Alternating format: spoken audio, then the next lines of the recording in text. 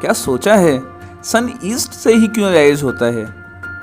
All India में solar panels 23.5 degree south facing ही क्यों रखे जाते हैं? कभी सोचा है क्या? टर्न्स पे रोड इंक्लाइंड क्यों बनाए जाते हैं? किसी ऑब्जेक्ट को पुश करना मुश्किल और पुल करना आसान क्यों होता है? हुसैन बोल्ट फिजिकली 100% करेक्ट ना होते हुए भी वर्ल्ड्स नंबर 1 एथलीट कैसे हैं? कभी सोचा है क्या कि ये पतले पतले केबल्स ब्रिज को इतनी आसानी से कैसे संभाल लेते हैं? ये बाइक का इंजन आखिर काम कैसे करता है? कभी सोचा है 20 ईयर्स तक ऑर्बिट में रिवॉल्व करने वाले सैटेलाइट के पास इतना फ्यूल आखिर आता कहां से है? अरे क्या स्पेस में भी फ्यूलिंग स्टेशन होता है? ये लेदर का बॉल हवा में स्विंग कैसे करता है? और ये कार्लोस का बाहर जाता शॉट गोल पोस्ट में कैसे चला जाता है? कैसे भाई कैसे? ऐसे ही और बहुत सारे सवालों के जवाब हम ढूंढेंगे फिजिक्स की दुनिया में। Hello students, I am Himanshu Gupta और स्वागत है आपका फिजिक्स की दुनिया में। आज हम स्टार्ट करेंगे physical word, that is the chapter number 1 of class 11th। Physical word start होता है एक क्वेश्चन के साथ and that question is what is physics, कि फिजिक्स क्या है। फिजिक्स को समझने के लिए हम एक पैटर्न समझने की कोशिश करते हैं। वो पैटर्न क्या है? फॉर एग्जांपल आप सुबह सोकर उठते हैं, तो जब आप सोकर उठते हैं तो उस टाइम पे सनराइज या तो होने वाला होता है या सनराइज हो चुका होता है। तो जब सनराइज होता है तो इस दुनिया में एक चेंज होता है। वो चेंज क्या होता है? बर्ड्स चिर्पिंग करने लग जाती हैं, लोगों का मूवमेंट स्टार्ट हो जाता है और एक अलग सी हलचल शुरू हो जाती है इस वर्ल्ड में। अब देखते हैं कि जो सन का कलर है सनराइज के टाइम पे वो रेडिश होता है और जैसे जैसे टाइम बढ़ता है वो कलर रेडिश से येलो होना शुरू हो जाता है। सिर्फ कलर ही चेंज नहीं होता बल्कि उसकी इंटेंसिटी, उसकी धूप की जो इंटेंसिटी है वो भी बढ़ती जाती है। आफ्टरनून आते आते वो सन जो कि अभी तक रेडिश नजर आ रहा था वो रेडिश की बजाय वाइट हो जाता है, वाइट लगने लग जाता है वो सन, और जो धूप की इंटेंसिटी है होती है वो मैक्सिमम होती है। और धीरे धीरे जैसे जैसे हम शाम की तरफ बढ़ते हैं वो इंटेंसिटी कम होती जाती है और अगेन शाम को वो जो कलर है सन का वो रेडिश हो जाता है और सनसेट होता जाता है। लेकिन ये कोई एक दिन का फिनोमेना नहीं है, ये लाखों सालों से ऐसे ही फिनोमेना चलता आ रहा है, हमेशा ऐसा ही होता आता रहा है। सन कभी ऐसा नहीं है कि वो ऐसा बोलता हो कि आज मेरा मन नहीं है, मैं राइज नहीं होने वाला, या वो ऐसा भी नहीं बोलता कि आज मुझे यहाँ बहुत अच्छा लग रहा है तो मैं सेट नहीं होऊंगा। ऐसा नहीं है। ये सारी की सारी चीज़ें हमेशा ऐसे ही चलती रहती हैं एक फिक्स टाइम टेबल की तरह। तो सवाल ये है कि कौन सी ऐसी ताकतें हैं, कौन सी ऐसी शक्तियां हैं जो इन सारे फिनोमेनास को कंट्रोल कर रही हैं ताकि ये अपने टाइम पर हों। तो वो शक्तियां जो इन सभी चीज़ों को कंट्रोल कर रही हैं, और ये तो मैंने एक एग्जांपल दिया सनराइज सनसेट का, इसके अलावा बहुत सारे एग्जांपल हैं, हाई टाइड्स, लो टाइड्स, एक्लिप्स, और भी बहुत सारे एग्जांपल, या हमारे द्वारा जो काम किए जाते हैं, हमारा मोशन है, हमारे द्वारा जो काम किए जाते हैं, वो सभी के सभी कोई ना कोई तो नेचुरल लॉज होंगी, कोई ना कोई ताकतें तो होंगी जो इनको कंट्रोल करती हैं। उन फोर्सेस को हम बोलते हैं नेचुरल लॉज। तो फिजिक्स क्या है? Physics is the study of natural laws. Natural laws जो डील करती हैं फिजिकल फिनोमेनास के साथ। फिनोमेनास भी अलग अलग होते हैं। केमिकल फिनोमेनास जो कि एटॉमिक लेवल पे होते हैं, जो कि कई बार दिखाई देते हैं, कई बार दिखाई नहीं देते हैं, और बायोलॉजिकल फिनोमेनास जो कि प्लांट्स वगैरह या एनिमल्स में होते हैं। लेकिन फिजिकल फिनोमेनास वो हैं जो नेकेड आइज से दिखाई देते हैं। तो physics is the study of natural laws which governs physical phenomenas, जो फिजिकल फिनोमेनास को गवर्न करती हैं। कोई भी एक्शन हो इस दुनिया में, चाहे कोई भी चेंज होता हो, वो सबका सब फिजिकल, वो सबका सब नेचुरल लॉज के द्वारा गवर्न किया जाता है। चाहे वो मेरा बोलना हो, चाहे वो मेरा चलना हो, चाहे वो आपका सुनना हो, that is also a physical phenomena. वो एक फिजिकल फिनोमेना है। अब हमारे हर एक्शन में एक लॉ लगती है, चाहे वो एक्शन कुछ भी हो, मैं बोल रहा हूँ तो उसमें एक अलग लॉ लग रही है, आप सुन रहे हैं, सुनने के बाद वो मैसेज, वो जो वेव है वो आपके कानों में जा रही है, कानों में जाने के बाद आपका जो ईयर ड्रम है वो वाइब्रेट करना शुरू कर देता है, देन वो मैसेज अंदर कोक्लिया में जाता है और वो कन्वर्ट हो जाता है। तो इतने प्रोसेस में, हर प्रोसेस में एक अलग लॉ लग रही है। तो इसका मतलब है कि हम जो भी काम करते हैं उसमें कोई ना कोई लॉ ज़रूर लगती है। तो इसका मतलब हो गया कि जब हम इतने सारे एक्शंस करते हैं तो लॉ भी बहुत सारी होंगी। तो इसका मतलब क्या हमें इतनी सारी लॉज पढ़नी पड़ेंगी? क्या कोई इतनी सारी लॉज पढ़ सकता है? नहीं पढ़ सकता कोई भी। तो साइंटिस्ट ने ये एक सॉल्यूशन निकाला कि हमें इतनी सारी लॉज पढ़ने की ज़रूरत नहीं है, हमें बस कुछ लॉज को पढ़ने की ज़रूरत है। और इसके बेसिस पे उन्होंने फिजिक्स के थ्रस्ट एरियाज डिसाइड किए। थ्रस्ट एरियाज मतलब वो एरियाज जिन पे फोकस किया जाना चाहिए। तो वो दो एरियाज होते हैं, first is unification of laws and second is reductionism. तो फर्स्ट मैं बात करूंगा यूनिफिकेशन की। यूनिफिकेशन ऑफ लॉज में हम कोशिश करते हैं कि फिनोमिनास को एक्सप्लेन करने के लिए हमें कम से कम लॉज का इस्तेमाल करना पड़े, कम से कम लॉज को हमें एक्सप्लेन करना पड़े। तो ऐसे बहुत सारे फिनोमिनाज ऐसे होते हैं जिनको आप सिंगल लॉ की हेल्प से एक्सप्लेन कर सकते हैं, उसको बोलते हैं unification of laws. For example, apple का पेड़ से नीचे गिरना, मून का ग्रेविटेशनल फोर्स की वजह से अर्थ के अराउंड रिवॉल्व करना, या ऐसे ही बहुत सारे फिनोमिनाज जो single law, that is law of gravitational की हेल्प से एक्सप्लेन किए जा सकते हैं। तो जब आप कई सारे वेरियस फिजिकल फिनोमिनाज को सिंगल लॉ की हेल्प से एक्सप्लेन करते हैं, that is called unification of laws. तो इसमें आप डेफिनेशन लिख लेंगे इसकी।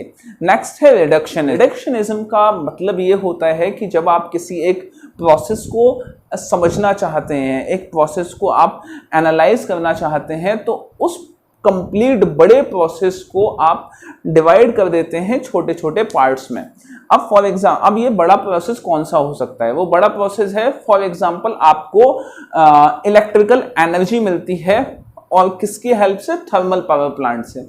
आपको थर्मल पावर प्लांट से इलेक्ट्रिकल एनर्जी मिलती है। तो अब ये देखिए कि इलेक्ट्रिकल एनर्जी आपको थर्मल पावर प्लांट से मिलती है, तो इस पूरे प्रोसेस को आप अलग अलग ब्रेक करके समझने की कोशिश करते हैं। वो स्टार्ट कैसे होता है कि आपने क्या किया, थर्मल पावर प्लांट में वाटर को एक बड़े से बर्तन में रख दिया जाता है, और बर्तन में रखने के बाद उसको हीटअप किया जाता है। हीटअप होने की वजह से वो जो वाटर है वो स्टीम में कन्वर्ट हो गया, वाटर स्टीम में कन्वर्ट हो गया, एक लॉ लग गई वहां पे, ठीक है। उस स्टीम को हमने कलेक्ट कर लिया एक कंटेनर में, कंटेनर में हमने उसको कलेक्ट किया। तो कलेक्ट करने के बाद जैसे जैसे उस कंटेनर में स्टीम बढ़ती जा रही है, ये वैसे ही हो रहा है जैसे आप बलून में हवा भरते जाते हैं, तो क्या होता है उसमें अंदर प्रेशर बढ़ता जाता है। जब उसका प्रेशर बढ़ जाता है, ये अगेन एक लॉ है, प्रेशर, आप उसका वॉल्यूम जब इंक्रीज नहीं करते तो उसका जो प्रेशर है वो बढ़ता जाता है। जब उसका प्रेशर बढ़ता जाता है, फिर उस कंडीशन में आप क्या करते हैं, उस कंटेनर में एक छोटा सा होल को आप ओपन कर देते हैं, तो वहां से जो स्ट्रीम है वो बहुत ही स्पीड के साथ निकलती है। ये अगेन एक लॉ है। वो लॉ क्या है कि वो जो प्रेशर की वजह से पोटेंशियल एनर्जी क्रिएट हुई थी, अब वो पोटेंशियल एनर्जी काइनेटिक एनर्जी में कन्वर्ट हो गई। अब काइनेटिक एनर्जी में जैसे ही कन्वर्ट होती है तो सामने टरबाइन है, टरबाइन को हिट करती है, और टरबाइन को हिट करती है तो टरबाइन रोटेट करने लग जाता है। तो ये जो काइनेटिक एनर्जी थी, उस काइनेटिक एनर्जी की वजह से उसमें रोटेशनल मोशन आ गया, और रोटेशनल मोशन जब आ गया तो वो जो टरबाइन है, टरबाइन का जो आर्मेचर है, टरबाइन आर्मेचर से कनेक्टेड है, और आर्मेचर जो है वो दो मैग्नेट्स के बीच में रखा हुआ है। जैसे ही आर्मेचर रोटेट करना शुरू कर देता है, वैसे ही आपको इलेक्ट्रिसिटी मिलनी शुरू हो जाती है। This is the working of generator. तो आपको जो इलेक्ट्रिसिटी मिली उसमें उसका ये कंप्लीट प्रोसेस था, उस कंप्लीट प्रोसेस को आपने पार्ट्स में डिवाइड कर लिया समझने के लिए। इसको बोलते हैं reductionism. Reductionism can be defined as to reduce the entire process in several parts. Reductionism का मतलब है कि एक कंप्लीट प्रोसेस को समझने के लिए आप उसको सेवरल पार्ट्स में डिवाइड कर देते हैं, और हर पार्ट में एक अलग लॉ लगा देते हैं। That is called reductionism of laws. Next, scope of physics, कि फिजिक्स का स्कोप क्या है। फिजिक्स का स्कोप बहुत है, हर लेवल पे फिजिक्स का स्कोप है, इंजीनियरिंग, मेडिकल, हर लेवल पे। लेकिन हम फिजिक्स के स्कोप को दो पार्ट्स में डिवाइड करते हैं। First is microscopic physics and second is macroscopic physics.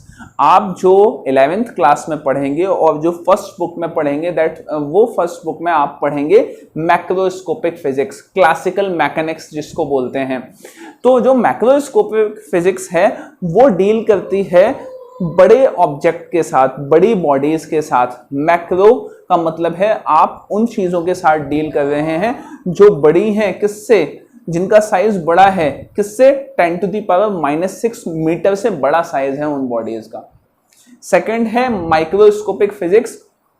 Microscopic physics जैसा कि नाम से पता है, वो बॉडीज जिनका साइज 10⁻⁻⁶ मीटर से, माइक्रोमीटर मींस 10⁻⁻�6 मीटर से छोटा साइज है जिन बॉडीज का, उन बॉडीज की जब स्टडी करते हैं तो वो माइक्रोस्कोपिक फिजिक्स में आता है। तो फिजिक्स के दो स्कोप्स को दो पार्ट्स में डिवाइड किया है, माइक्रोस्कोपिक और मैक्रोस्कोपिक। मैक्रोस्कोपिक में छोटी बॉडीज स्मॉलर देन 10⁻⁻⁶ मीटर, और मैक्रोस्कोपिक में greater than 10⁻⁻�6 metre.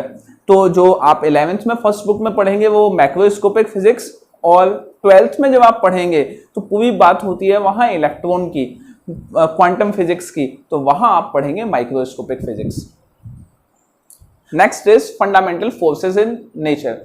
Fundamental forces से पहले हम ये समझने की कोशिश करते हैं कि किसी भी चीज पे हम फोर्स लगा किस तरह से सकते हैं।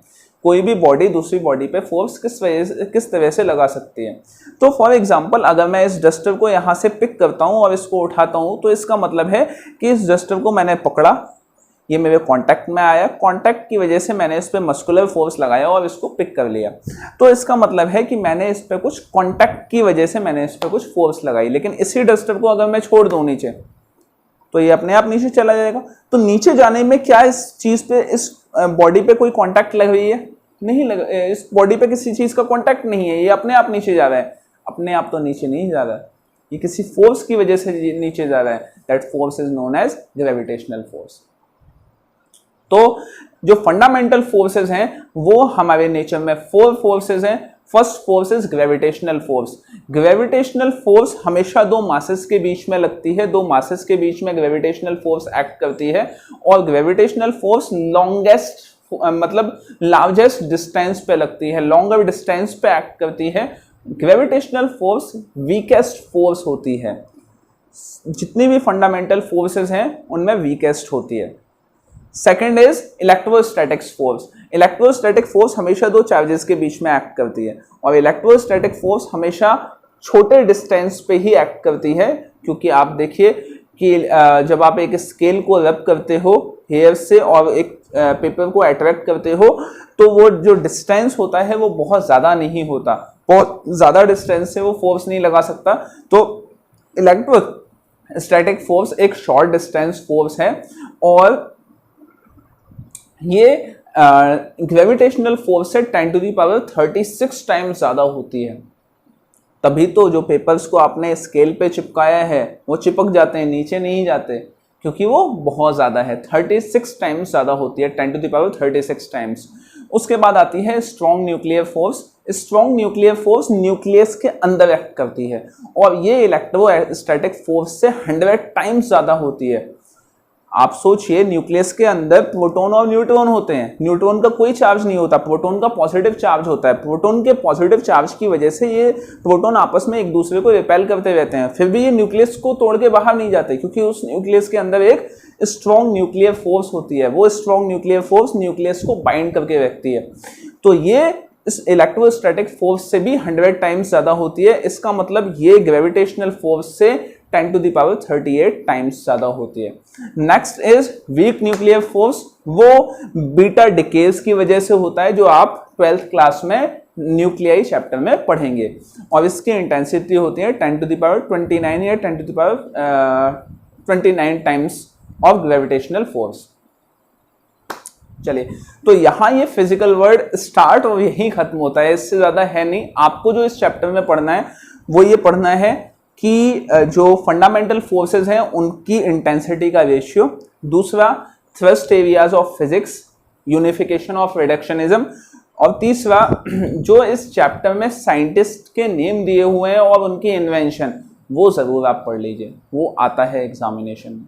इसके अलावा इस चैप्टर से बहुत ज़्यादा नहीं आता, और आपको पता होना चाहिए व्हाट इज़ फिजिक्स।